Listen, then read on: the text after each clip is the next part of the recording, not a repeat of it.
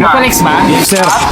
Okay mga boss, nandito ako ngayon sa may Tech Auto Supply Main. Siyempre para sa first upgrade ng aking PG1. So gastos, pero sulit yan, sulit. So abangan nyo yung Racing Motolex. Mga boss, alam nyo ba yung pakaramdam na sinagasa ka na ng pagod, sinagasa ka pa ng araw?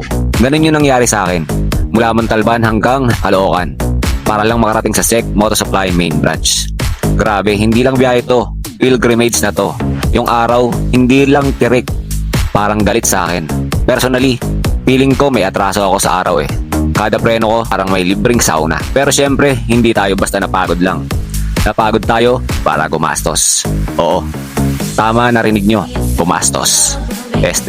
Nag-invest. Pagdating ko sa shop, parang batang sa Toy Kingdom. Diretso agad ako sa target, crash guard, top box bracket, at syempre, top box. Sabi ko, boss, magkano to? Sabi niya, may discount pag pogi. Mga boss, hindi na ako nakipagtawaran, tinanggap ko na agad ang kapalaran ko. Pero sa awa ng Diyos, nakakuha pa rin ako ng konting bawas. Ibig sabihin, pasok pa rin tayo kahit papaano. Buti na lang may baon akong budget, galing pa sa mahal kong anak. Anak, kung napapanood mo to, salamat. Hindi ko sinayang ang pera mo. Pinaganda ko lang lalo ang motor natin. Ayun na nga, ikinabit na ang lahat.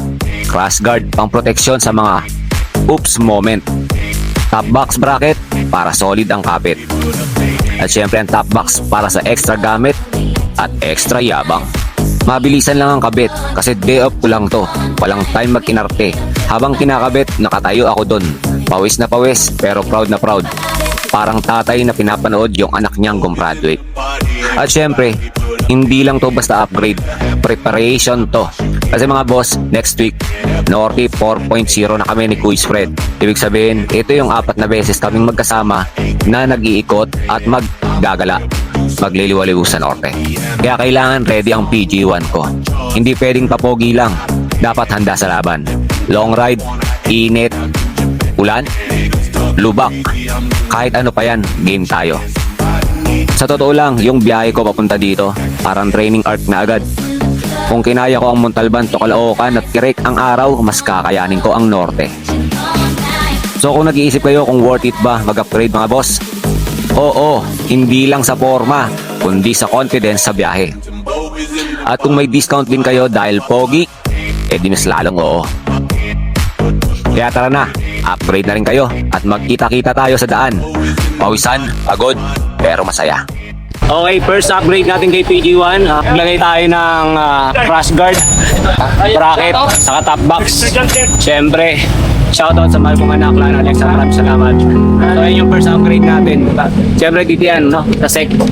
Nakakuha naman tayong discount. Pili ka naman tayong discount. Saka, freebies. Kaya, okay na okay. What's out sa aking gagawing travel vlog. Somewhere in the north. Abangan yan, mga boss. Let's go. Okay na? Okay na, sir. Wala ka ba nalimutan? May pinalan. Sir, ano nga to, papulto? Okay lang. So, yun. Paano bang gagawin natin dyan? Support mo na, sir. Okay mo. Tayo mo lang. Hatak dalawa. Sige, sir. Tapos, pag nahatak na, Hold mo na, sir. Lain mo. angat. Yeah. Tapos, di ba gagasgas yan? Hindi yan, sir. Pato na, sir. Pag ano ka, angat mo lang rin. Automatic na, sir. Okay.